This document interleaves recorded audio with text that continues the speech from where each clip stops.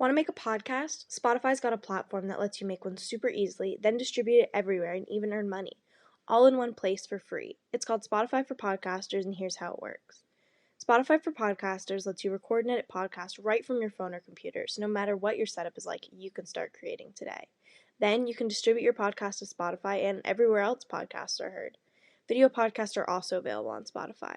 With Spotify for Podcasters, you can even earn money in a variety of ways, including ads and podcast subscriptions. And best of all, it's totally free with no catch. Spotify for Podcasters has made our podcasting process so much easier and even has options like Q&As and polls so we can engage with listeners. I highly recommend you give it a try. Download the Spotify for Podcasters app or go to www.spotify.com/podcasters to get started. The following contains descriptions of physical violence, sexual violence, and graphic descriptions of autopsies.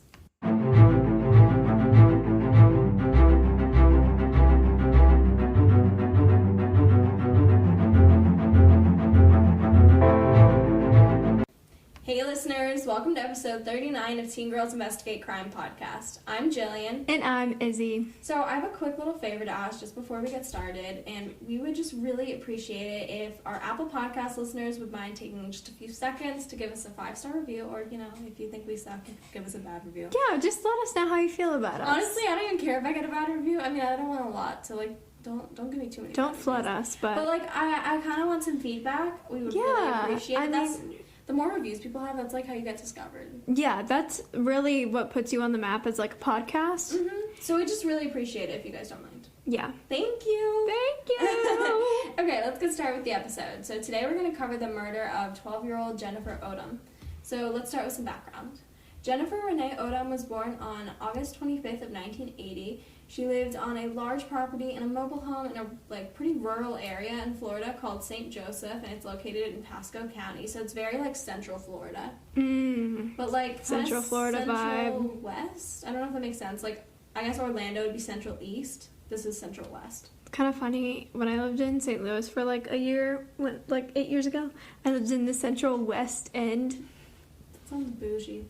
It was kind of bougie. It was fun. So she lived with her mom, her dad, and her younger sister Jessica, who was 9 at the time of her death. And they also had a Springer Spaniel dog named Gypsy. Aww, which is a really that's such a cute name, yeah. Jennifer attended Wayman Middle School and was a really dedicated student. She was on honor roll and she played the clarinet. She was described as being super social, bubbly, and outgoing. She had a lot of friends and they used to just hang out all the time, middle schoolers do. Okay, another thing, how come our school has never had an honor roll? I don't know. I think it's the whole IB fucks everything up. Yeah, we have a very weird school system. Anyone else go to an IB school system? Yeah, it kind of messes, we don't have letter grades. We have numbers, and then, they all switch. Okay. It's so confusing. So dumb. Literally, for, all of elementary school, we had grades, 1 through 4. Which, elementary school doesn't it doesn't make, yeah. You hit middle school, and 9th and 10th grade, you have 1 through 8 grades. And then, all of a sudden, if you do the IB diploma program, which we just started this year, it's 1 through 7. Which sucks for Jillian and I, because we're both perfectionist overachievers. So, previously, we were getting all 8s and 7s, and now we're getting 5s. And it's heart-wrenching, even though that's, a B+. Yeah. So, it's really... Life's tough at a IB school, yeah. We don't have an honor roll. No, we do not. But, congrats, Jennifer, for making her honor roll. Also in middle school, what? Yeah, in middle school, I didn't give a shit. I did, but, it didn't count for I didn't shit. care, but, I was literally, I never did good in math, and then I never did good in science. Because I just didn't apply myself. Anyways, let's get into the timeline. I'm sorry if I sound a little bit like Lindsay Lohan, like I did in a few of our other episodes. I've been fighting off cold. Izzy gets a cold 2 times. Yeah, I don't know, I'd say every other month. Yeah, every other month. It's either a cold, strep, a sinus infection, or some other illness. It's not COVID. Not I feel COVID. We need to clarify that. Not COVID. I am COVID safe. I took a test. I literally just have a cold. Yeah. It's what happens when you're a hypochondriac. It's what, yeah. The fact is, it's funny. I was feeling bad for since Saturday. I started recording this on a Tuesday. And I was I told my parents that I didn't feel good on Sunday. And then all of a sudden, my dad started feeling bad. Oh, jeez. yeah, that's just what happens in my family, and then what's gonna happen is he's gonna be sick for like, or quote unquote sick for like a week longer than I am. So yeah. So let's get into the timeline a little bit. So February 19th of 1993, in the morning, Jennifer goes to school with her sister Jessica, and they ride the school bus just like normal, and her school day passes by again just like normal. And I feel like school buses stress me out so much. I never rode the bus. I never did either, but they just give me bad vibes. One time I went to some girl's house who like rode the school bus home, and I had to like get a pass and everything to ride the bus home with her, and it was like the weirdest experience. That is really weird. It's main character though. Yeah, it is really, like, I literally had a nightmare about riding the school bus, which I talked about in one of our Patreon episodes, but it fucked me up. It really, really messed me up. So yeah, I don't like school buses. So at 3 p.m. that same day, Jennifer comes home from school on the school bus, and she gets off the bus at her usual stop that's about 200 yards away from her home. I think, isn't a football field like 100 yards? I guess. Dude, football, really? Yeah, I don't know, but I'm just trying to, like, get It's not far. That's not very far. Like, you would be able to see your house. Yeah. So she waves goodbye to her friends and she goes to walk home, and sadly that was the last time that she was ever seen alive. So her friends later reported seeing a faded blue pickup truck that seemed to be driving slowly nearby Jennifer. Ooh.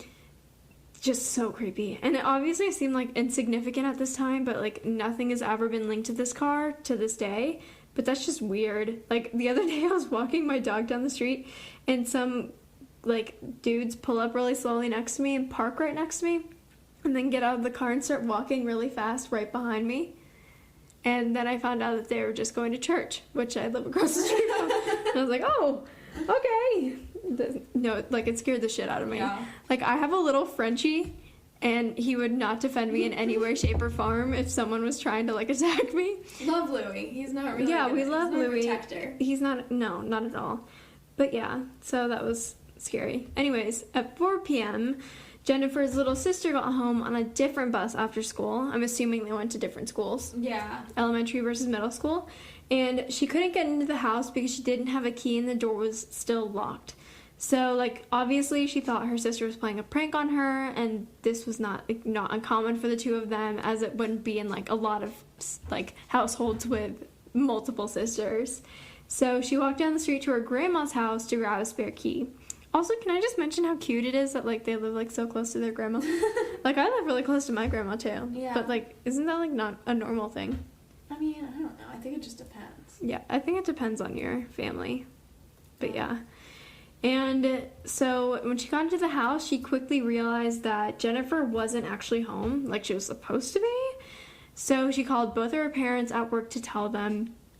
And, like, by 5 p.m., Jennifer's... I must say, she's pretty smart for calling her parents. She right? is. Like, I don't know. That is not the first thing I would have thought to do. Like, I would have, like, I guess this, if I were a little 9-year-old and my older sister went home, I'd probably be like, oh, she probably snuck out somewhere with her friends. Like, I'm not going to rat on her. I don't want to be the tattletale little sister. Yeah. Or, like, I would have honestly just assumed, like, especially when I was 9, I wouldn't have thought of, like... bad things. Yeah. Like I would have just assumed, oh, she's like unless she was somewhere just being after a tattletale school. little sister, and she was like, Mom, Yeah. Dad, she's not home. She's not home. Where are you guys?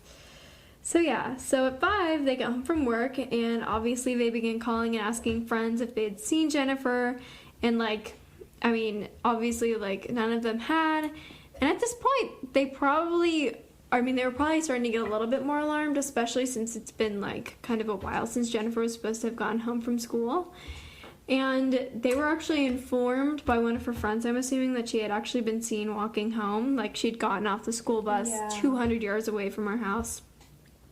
Obviously, she had been seen walking home. So her parents, like, immediately contacted the local police. So, between February 19th and 25th of 1993, police began looking into Jennifer's disappearance, and, like, they take her case, like, seriously right away. Because obviously this girl's, 13, 12? 12. Like, she's not going to be marked as a runaway right away, especially since she didn't have a history of that. Yeah, they tend to only mark 12, like, that age group as runaways if they have a history of running away. Yeah. And, like, the community in St. Joseph, like, immediately rallied together to form search parties for Jennifer, and there were actually over 100 volunteers. And, the police were incredibly involved in the search and used many resources to try and locate her. And they actually covered over a 60-mile, like, radius of land in their initial searches.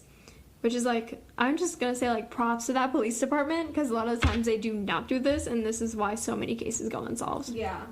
And I mean, this one still is unsolved, but you know what I mean. So, February 25th of 1993, Jennifer's body was actually discovered in an abandoned orange grove in Hernando County. And a couple involved in the search efforts actually found her, and she was less than 10 miles away from her home.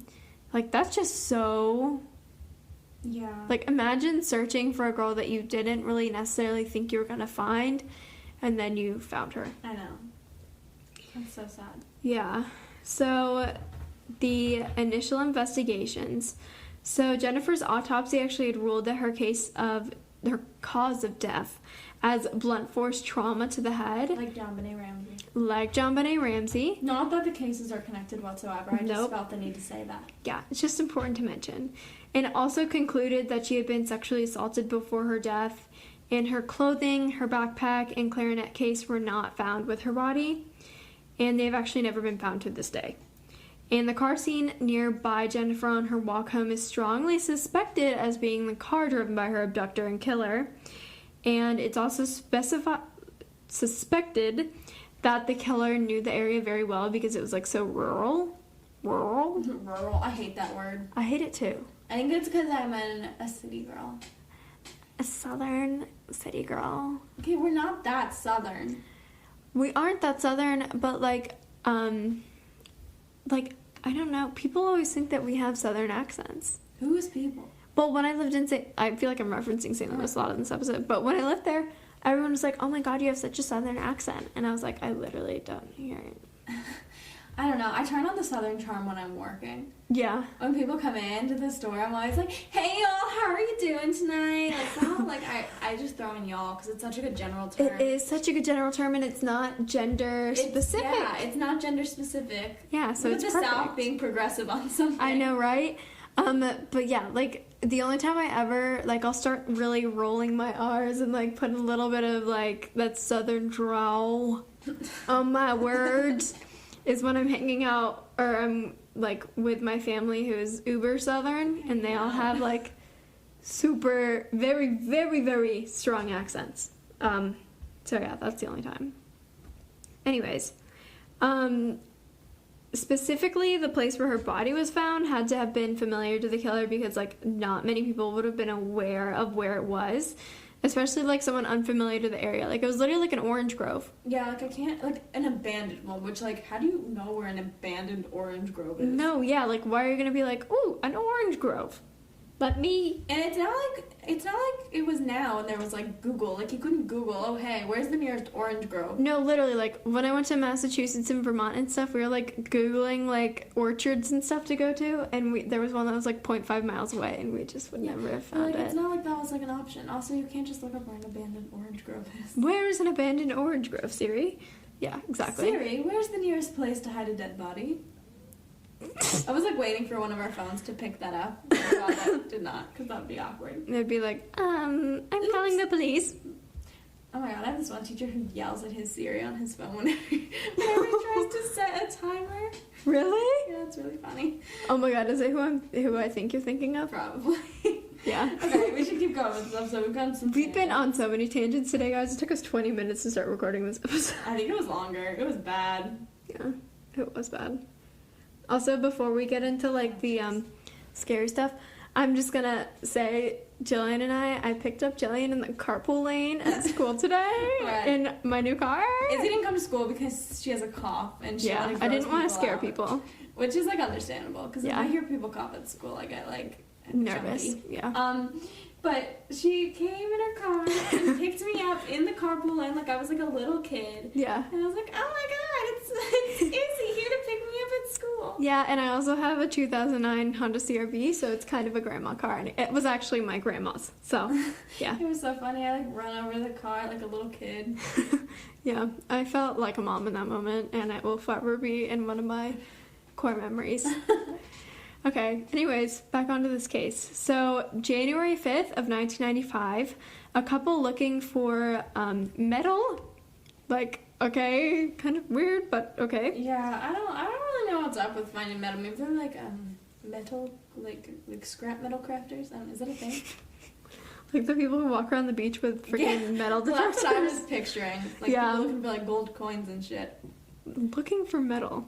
That's so weird. Okay, anyway. Like armor. Or like jewelry? That'd be cool. Scrap metal jewelry. Oh my god. They have to like sign a warranty before you buy it. Like, we are not responsible for tetanus. Anyways. So they were in Hernando County and they actually found a backpack and a clarinet case. And they matched the description of Jennifer's belongings, and her name was on the inside of the textbook in her bag. So the couple turned these into the police, as they should have. Like, thank you for doing that. Who keeps this stuff? That's weird. I don't know. But, like, imagine just finding that and being like, okay, whatever. Mm-hmm. Like, I don't know how many times I've been on a hike or been in the woods for miscellaneous reasons, and I came across, like, clothing, and I was like, oh, what if that's someone's, like, corpse's clothing? And then just left it. I've never thought that. You've never thought that? I mean, I've definitely seen lost belongings in the woods, and I've never thought anything about it. Oh, well. This is why I avoid the woods. Yeah, stay out of the woods. Actually, don't, because nature's healing. But anyways. Stay out of the woods, kids. So the police confirmed that these were, in fact, Jennifer's belongings by matching her fingerprints to the ones found on the bag in the case. And strangely, they were found 30 miles away from her house and 18 miles away from where her body had been found 2 years earlier. So this makes us think a few things. So, one, some idiot was trying to dispose of the evidence with little connection to Jennifer because it was so far away, but they clearly fucked up things because they were obviously hers. Like, there was names on it. Yeah. Like, dumbass. Yeah. That's why that's probably, like, less probable. Yeah. Out of the two options, that's the less probable one, because that dude would have to be a real moron. Yeah, you would have to be so fucking dumb. And also, like, they never found her clothing. That's weird. Which is weird. And then the other option is that these things were dropped much later, possibly closer to the date they were found. So this makes sense because they were not found in, like, the initial very extensive searches at, like a 60-mile radius. Uh-huh. So, yeah. Yeah. Let's get into some suspects and theories. Let's get into some... So, our first suspect is Frank Potts, who's just, like, a creepy-ass old man. He really is. Was known as, like, a migrant worker, but he basically just kind of picked up odd jobs. That was kind of his thing. Yeah. He typically traveled around, and he mainly kind of stayed in, like, southern areas, Florida, Georgia, Alabama, and, like, the Carolinas. The Carolinas. I wrote that in this research, talked about it. Research. Oh my god, what's wrong? I, like, cannot talk. He has a pretty bad criminal record. In 1982, he was sentenced to 15 years in prison for molesting an 11-year-old girl. Oh, wow. But then he got out of it and, like, ended up only serving 6 years, which is, like, bullshit. I hate it when that happens. And then in 1993, he was arrested for the sexual battery of a 10-year-old girl in Florida, which he was convicted of and sentenced a life sentence for, and he's still serving that sentence. Okay, good that he's in prison now, but, like, why would you let, like, he's a, okay, anyways. Yeah. He literally ended up, like, doing the thing that, like, he was in prison for, like... Yeah, he did it again. It's so dumb. In between those two convictions, he spent time continuing, like, his time just as a drifter and picking up, like, odd jobs and stuff just all around the southern United States. And because of this, it's safe to say that he was most likely, like, operating in such a manner that he, like, would not get caught for stuff, you know, because he was traveling. That's how, like, a lot of serial killers were. They had, like, jobs that involved a lot of traveling, so they were in a lot of different places. Like, one thing I found out that, like, apparently a lot of serial killers used to do back in the day was they would, like, hitch rides on fucking trains. Oh. Like, the trains that carry, like, materials. Oh. And go from place to place and then just hop on a train and be like, bye. Yeah, so I don't think he's really a serial killer, but like a serial molester, serial rapist, that kind of thing, yeah. Serial creepo? Yeah, serial creepo. during this time between his different convictions, he purchased 40 acres of land and built a like ramshackle place in Alabama. Sweet home. Sweet ramshackle place. Sweet ramshackle place. And like, let me also just say, following his arrest in 1993, the police searched his property, and on it they found the remains of a man who went missing in 1989. Yeah. They just found him. His name was Robert Gines, and that's a weird name. It is kind of a weird name. And he went missing when he was on a retreat in Alabama and just had no trace until his remains were found on this man's ramshackle. Yeah, so like... I love that word. I'm just going to keep saying it, ramshackle. Ramshackle. I love that word, too. And due to his multiple convictions and the body that was found on his property, it's, like, most likely that this piece of shit dude was most likely, like, a functioning, like, not necessarily, I'm not going to call him a killer, but, like, criminal. Yeah. You know what I mean? Like, I feel like he might have been committing a variety of crimes. Yeah. And he was definitely active in the area that Jennifer lived in because of all the different places he was traveling to. Mm-hmm. And he also, like... Jennifer's murder matched his MO pretty closely, and he doesn't really seem to be too picky about victim profile. Like, he molested some little girls, and then he also murdered a man. dude. Yeah. So it's a little all over the place, so it could work. That also makes me think that he's not a serial killer, because I feel like serial killers usually have, like, very specific... Yeah, I don't know. I think Typically. this dude's just weird. I don't really know if I'd link him to this. Do you know what I mean? Yeah. Like, it makes sense, like, a little bit, but not really. But not, yeah. Okay, so then another suspect is Mark Evanitz. Evanitz. In June of 2002, Evanitz kidnapped a 15-year-old girl in Columbia, South Carolina, and the most, like, frightening part of this is that he kidnapped her from, like, her friend's front yard. Oh. So, Izzy, watch me as I walk to my mom's car when she picks me up today. I will. I promise. Keep an eye out. No, that's so scary. That's why, like, you know, when, like, your friend's parents will drop you off and, like, watch you, make sure you get into the house. My dad always did that. Yeah. Yeah. My parents still do that. My parents still do that, too. They're just so cautious. Yeah. He then took her back to his apartment in his little car and repeatedly sexually assaulted her after strapping her to his bed. And he did that for 18 hours. Jesus Christ. When he fell asleep, the girl was actually able to escape because she's a badass bitch. And her name was Kara Chamberlain, and she's been very vocal about her amazing survival story on other podcasts, so just check her out if you're interested. Because she's cool. She escaped. Yeah. Good for her. Not to say that kidnapping victims that did not escape are any less... Yeah. Just... I feel like I need to clarify just that. clarifying. Don't need to get canceled. She is just a badass bitch because she survived this. Yeah. And she's very vocal about sharing her survival story, and I think that's very cool. Yeah, that's a very important thing. So, this dude then fled to Florida because he knew his time was up, and he just committed suicide there, like a coward. Ugh. Because he knew he was guilty, and he was like, I'll pass on prison. Ugh. So, he did actually confess to multiple murders, like, I guess, before his death. Yeah, to his sister. He murdered his sister. No. And then... No. Oh. He confessed to the killings. Oh, I misread that real bad.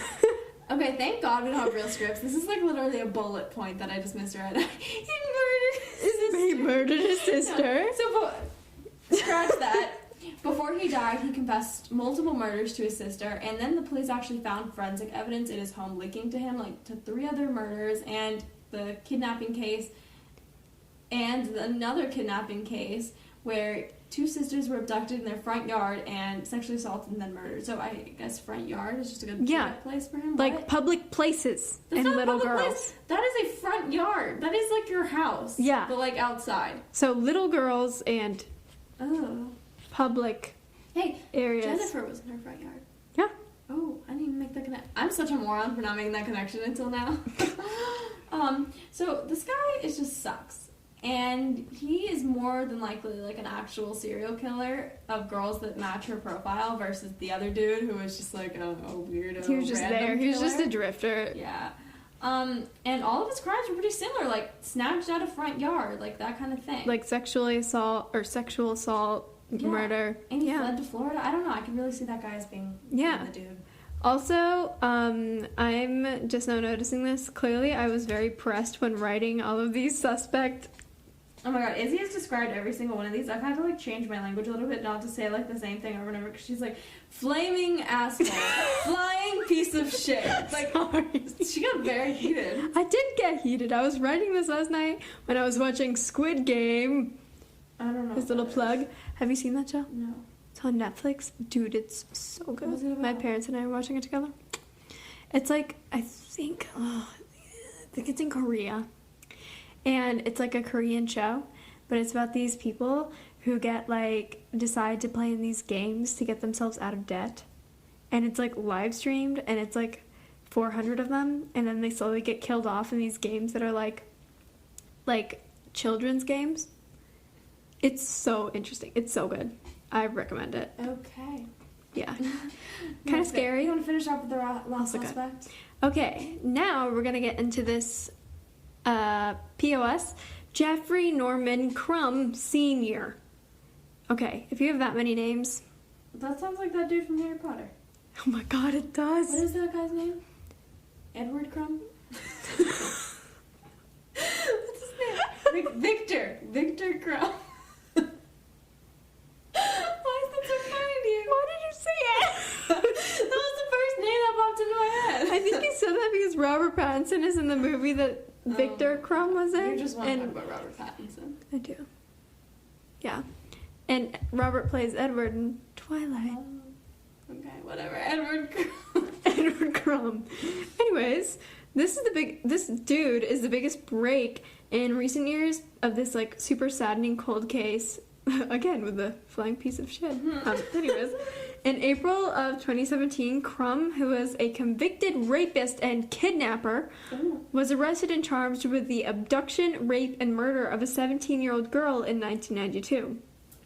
So this crime also took place in Pasco County, Florida, which was also where Jennifer was abducted. Additionally, familial DNA has linked him to the case due to the fact that one of his sons was arrested for a traffic violation and put into the system. Oh. And authorities also noted similarities between the cases, such as the victim profile, the types of crimes committed, in what ways they were committed, and the location. Interesting. So both girls were abducted almost right after getting off the school bus, which is really specific. Yeah. And in fact, the other victim was only found a few miles from where Jennifer was found. Oh. No, Yeah. also that makes me think, was this guy did he know where school bus drop-off points were? And Exactly. He was, trolling them? That makes me think, did he know, all this, high school, and was he just, scouting them out? Yeah, did his kids go to these schools so he knew where the buses were and stuff? It's weird. Yeah, I'm it just is curious. weird. And I wish there was more info on this guy. There's literally not. I think that's just because he's a person of interest. Or It's a pretty good break in the case, though. Yeah, and they're carrying out more extensive DNA testing, to this day. I hate when they say that, because then you never hear about it for, 10 years. Yeah, exactly. It'll be, 2027, and they'll be like, oh, not We'll be, this in one. college. Yeah. Oh, my God. Out of college. No, Out. in college? Out of college? We get out of high school in 2023. Yeah. So out of college, maybe in No, yeah. 2027. Maybe. Not Maybe. for you. Why not for me? Because you're a lawyer. Yeah, but it's not college, it's law school. Not the same. True. That's like calling high school and college the same. Okay, I'm very sorry. I'm very sorry for my mistake. Yeah. Anyways, yeah. So this guy honestly seems the most sus to me. Yeah. I don't know, but the other guy with the front yard thing, That's weird too. I don't know.